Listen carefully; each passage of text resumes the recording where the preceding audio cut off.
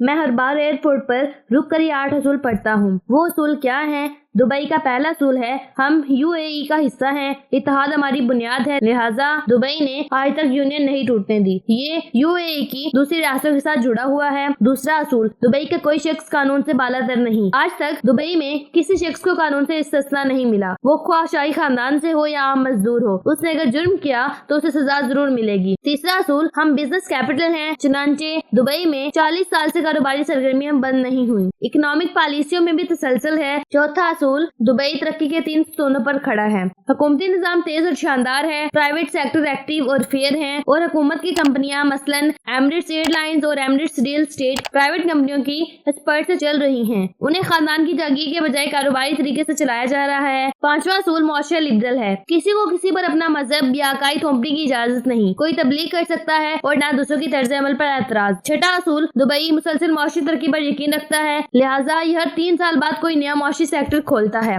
Dubai आजकल artificial intelligence पर काम कर रहा है। सातवां असूल, हम लैंड ऑफ टैलेंट का है, दुनिया जहां के माहिरीन और टैलेंटेड लोग किसी भी वक्त दुबई आ सकते हैं।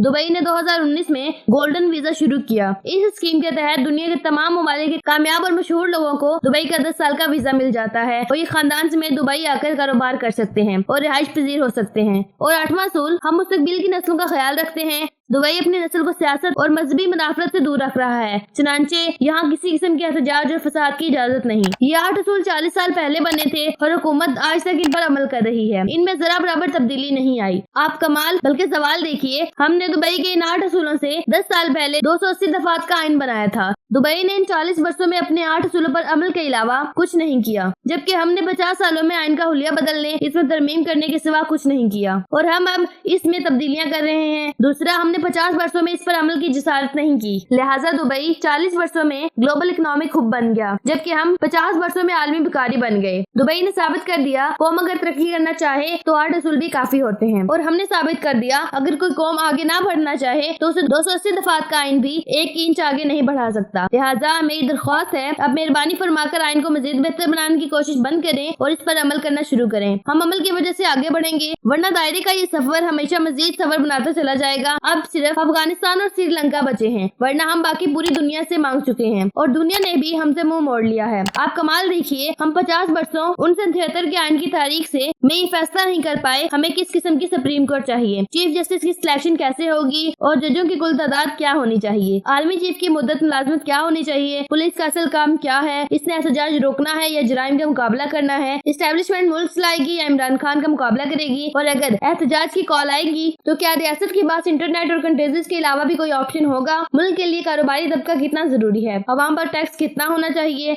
और हम अपनी बिजली कैसे पूरी करेंगे। आप खुद सोचिए, जो कौम आज तक ये बुनियादी फैसले न कर सकी हो, उसकी तरक्की का सफर कब और कैसे शुरू होगा। लिहाजा दुबई का दूसरा पैगाम ये है कि खुदा के लिए जो भी फैसला करना है एक ही बार कर लें, बार बार फैसले ना बदलें। इससे आपका सफर मजीद खोटा हो जाएगा, आप मजीद खसारे का शिकार हो जाएंगे और आपको 280 के बजाय 8 असूल चाहिए। बस इन पर अमल होना चाहिए, आप फिर आगे बढ़ेंगे।